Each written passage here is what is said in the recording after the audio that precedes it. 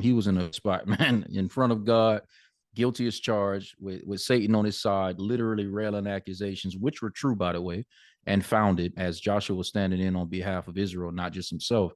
And I just thought about putting myself in his shoes. Like, man, can you imagine being in front of God? And like the Bible says that Joshua was in dirty clothing, which means that it represented his guilt. You know what I mean? He was defiled in front of God, and God is righteous judge. So whatever he decides to do or whatever verdict he comes up with, he's justified in doing so.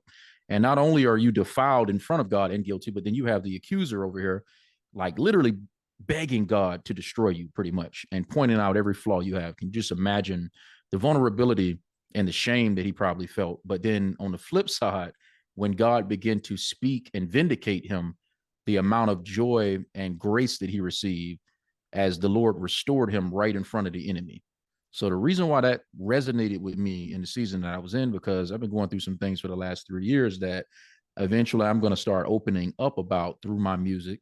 I've already touched on a lot of it in my sermons, just my personal experience with my marriage, the financial situations I've been through. And a lot of this stuff came about from decisions that I made. And I know a lot of times when we share our trials and tribulations, we throw it off on the devil. Like, oh, I'm being attacked. It's a spiritual war. And indeed it is. But sometimes we make decisions and it's cause and effect.